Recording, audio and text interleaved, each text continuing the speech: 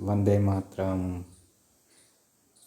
आप सभी का स्वागत है मेंशन ऑनलाइन क्लासेज में।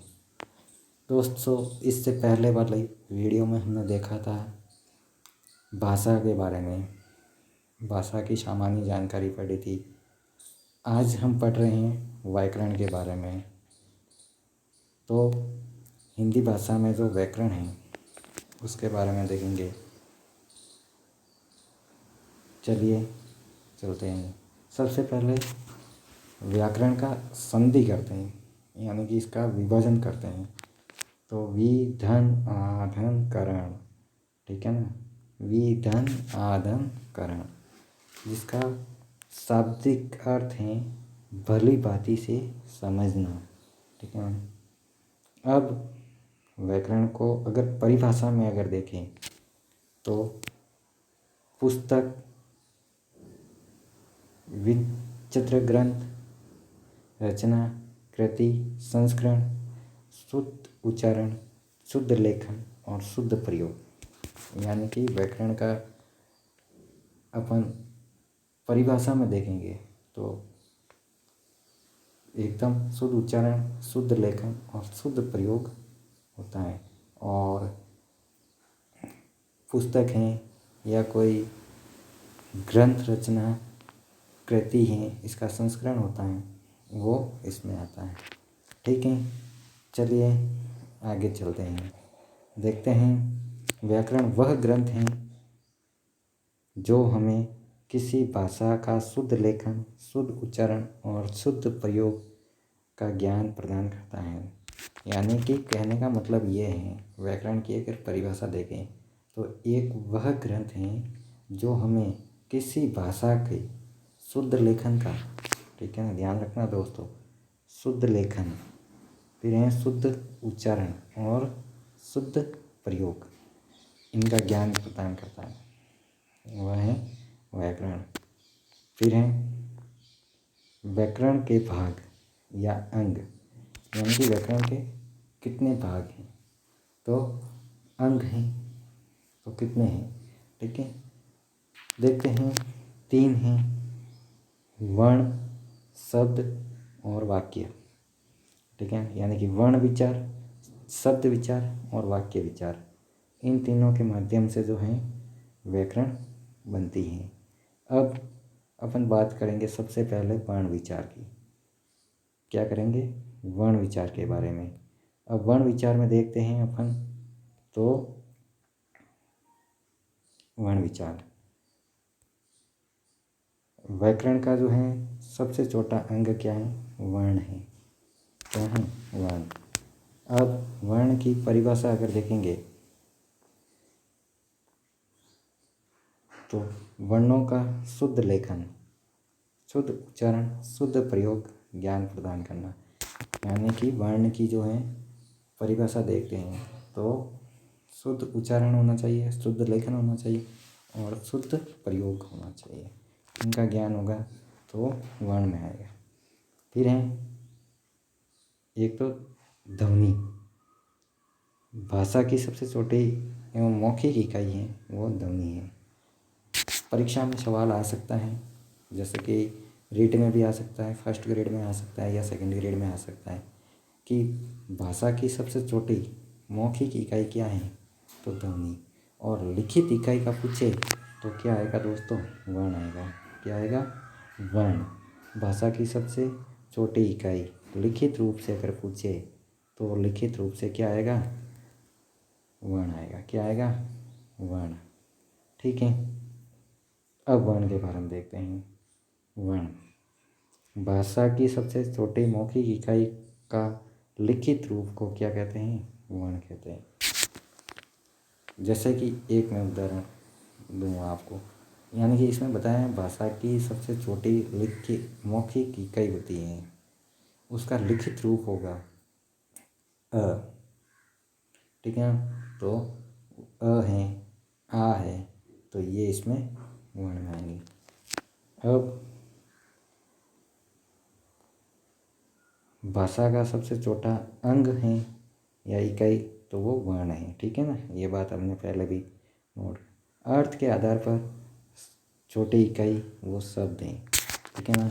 जैसे कि राम, ठीक है, तो ये उसका अर्थ निकल रहा है, ठीक है। जाना, खाना, खाना, तो ये अर्थ दे रहे हैं, तो इसकी छोटी इकाई वो है शब्द है, ठीक है। फिर है भाषा का अर्थ के आधार पर इकाई या अंग दो प्रकार के, एक तो है शब्द और एक है वाक्य, ठीक है। सबसे बड़ा वाक्य है, सबसे छोटा शब्द है। चलिए आगे देखते हैं। इसमें भाव या भावार्थ के आधार पर सबसे छोटी इकाई, भाव या भावार्थ, इनके आधार पर सबसे छोटी इकाई है वो है वाक्य, ठीक है। भाषा का सबसे बड़ा अंग वाक्य है। क्या है? वाक्य। जैसे कि मुहावरा है, लोकोक्ति है, तो मुहावरा तो है वो वाक्यांश है, यानी कि वाक्य का अंग है। लेकिन अगर लोकोक्ति है तो वो क्या हो जाएगा? वाक्य हो जाएगा। क्या हो जाएगा? वाक्य हो जाएगा। अब वर्ण के प्रकार, ठीक है। वर्ण के दो प्रकार होते हैं, सभी को पता है, स्वर और व्यंजन, ठीक है ना। स्वर होते हैं वो कितने होते हैं? 11। व्यंजन होते हैं 33, ठीक है। इनके बारे में, और टोटल मिला के 44 होते हैं, प्लस 3 जो हैं वो होते हैं संयुक्ताक्षर। तो ये हो गए टोटल 44 प्लस 3 बराबर 47। तो ये 47 क्या है? हमारे वर्ण है, ठीक है ना। अब देखते हैं अपन स्वर और व्यंजन, ठीक है। इनमें अंतर क्या है?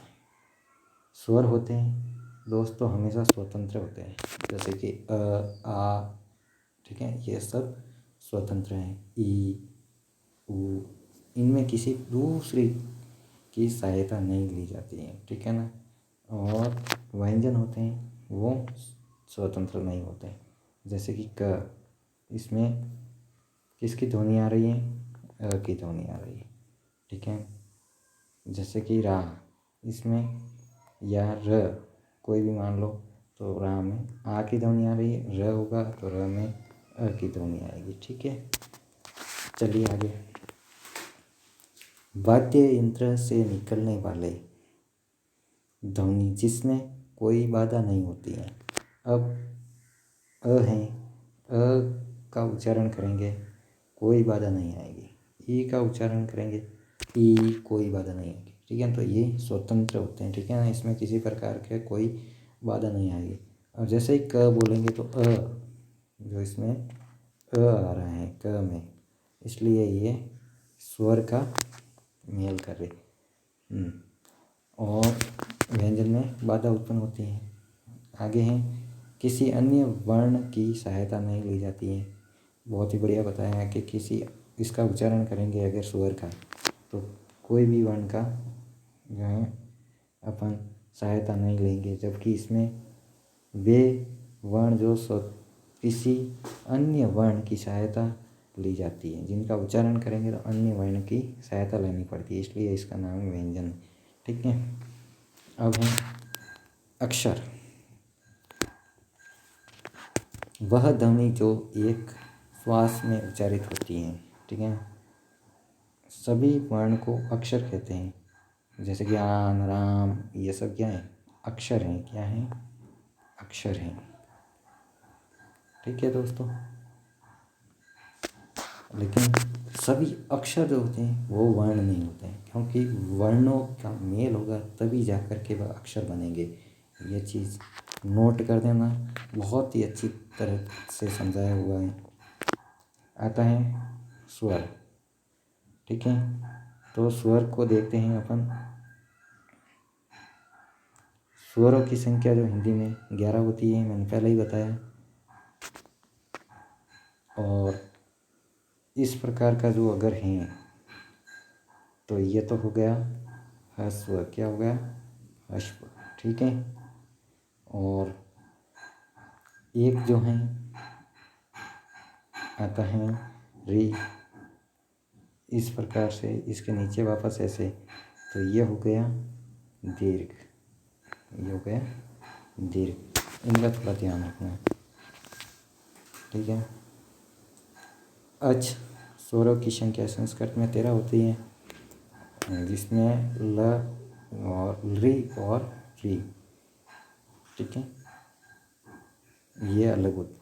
फिर है हिंदी में जो है, अब आपको बताया कि 13 जो होते हैं वो कौन कौन से होते हैं, अ आ ई उ री ए ओ, ठीक है, ये होते हैं इनमें। फिर होते हैं अयोगवाह ध्वनि, ठीक है ना। अयोगवाह ध्वनि किसे कहते हैं, वे वर्ण जो व्यंजन के साथ वहन नहीं होते हैं, ठीक है, ये इसमें व्यंजन में नहीं आएंगे ये, जैसे कि अक, ठीक है, ये विसर्ग या अनुस्वार में होते हैं, ठीक है। अनुस्वार तो ये होता है डॉट, और विसर्ग जो होता है ये 2 डॉट होते हैं, ये ध्यान रखना एक। और चलिए आगे, अब स्वरों के प्रकार, स्वरों के प्रकार देखते हैं। तो स्वर एक तो होता है मात्रा या उच्चारण में लगने वाले समय के आधार पर, यानी कि जो बोलेंगे किसी स्वर को तो उसमें कितनी मात्रा उच्चारण में टाइम कितना लगता है, ठीक है ना, मात्रा के आधार पर या उच्चारण के आधार पर। तो 3 भाग होते हैं, ठीक है। एक तो होता है ह्रस्व स्वर, एक होता है दीर्घ स्वर, एक होता है प्लुत स्वर। अब ह्रस्व स्वर देखते हैं अपन, जिसको एक मात्रिक स्वर भी कहते हैं, लघु स्वर भी कहते हैं, और ये मूल स्वर है, ठीक है ना। दीर्घ स्वर, इसको गुरु या द्विमात्रिक या संधि स्वर भी कहते हैं। संधि स्वर कैसे हो गया भाई, जैसे कि अ धन अ मिल करके आ बना, इसलिए ये संधि स्वर हो गए, ठीक है।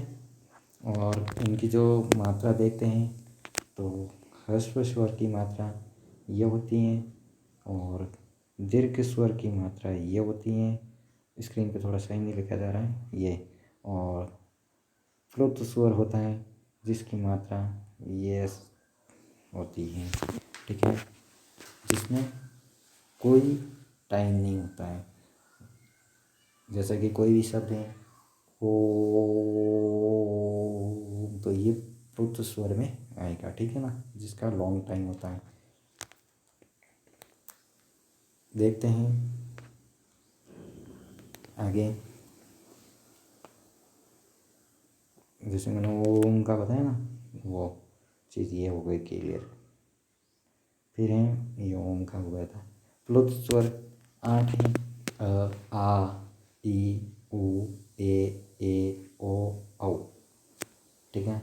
खाली कमरे में आपकी आवाज़ कंपन कर रही है तो वह प्लुत ध्वनि होगी। बहुत ही बढ़िया उदाहरण बताया है। और कंपन आवाज़ बादलों के, ये जो कंपन होता है, बादलों का कंपन होता है, गर्जना होती है, वो सब प्लुत में आएंगे, ठीक है। फिर है नेक्स्ट दीर्घ स्वर, ठीक है, जिसमें आ ई उ, ठीक है।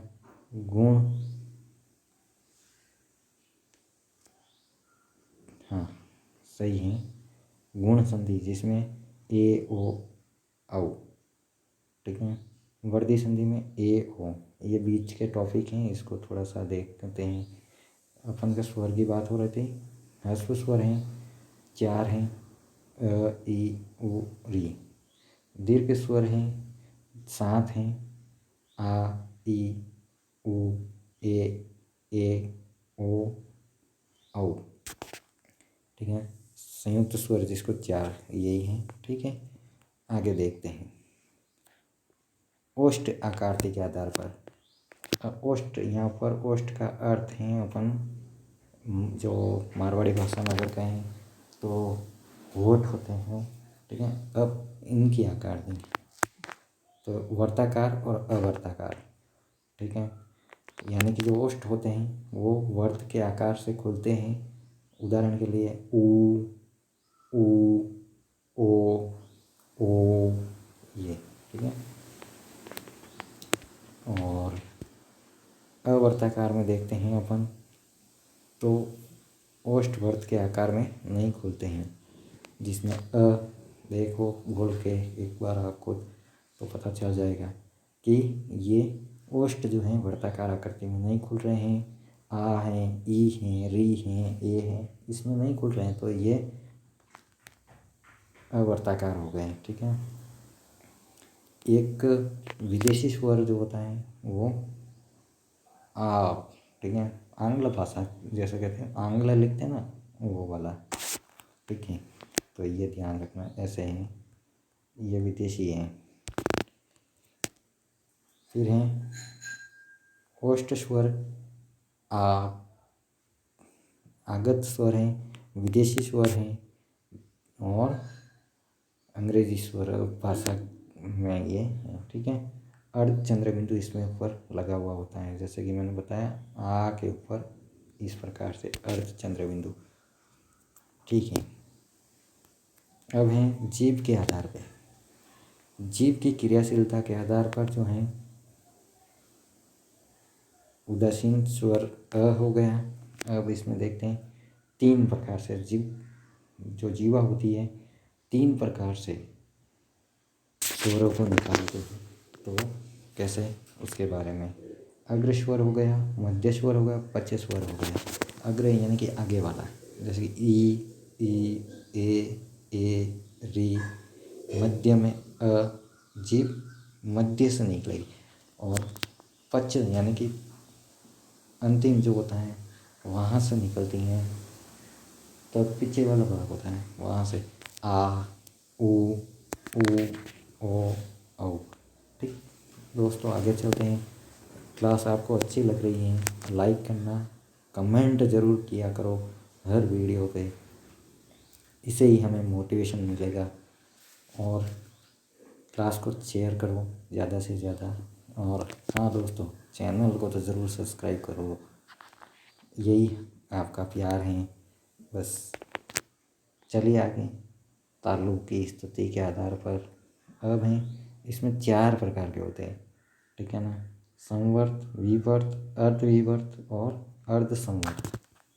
ठीक है। अब इसमें देखते हैं अपन संवर्त में, यानी कि बंद, और विवर्त में होता है खुला। ठीक है। अब इन दोनों को देखते हैं। पहले संवर्त में होगा ई, ऊ, री। और विवर्त में होगा, जैसे मैंने आंग्ला भाषा वाला बताया था, वो अर्धचंद्र सॉरी आ होता है। ठीक है, ये होता है विवर्त में। और अर्ध जो है विवर्त यानी कि आधा खुला हुआ होता है, उसमें अ, ए, ओ।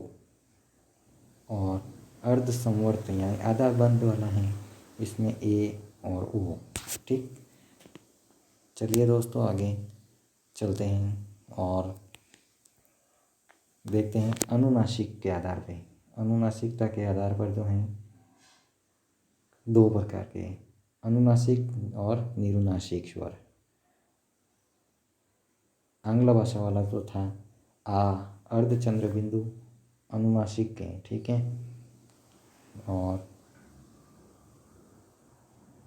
विसर्ग हैं और चंद्र बिंदु वाला है, तो ये जो है अनुस्वार में आएगा। ठीक, अनुस्वार हैं वो ये हो जाएगा। फिर है सजातीय स्वर और विजातीय स्वर।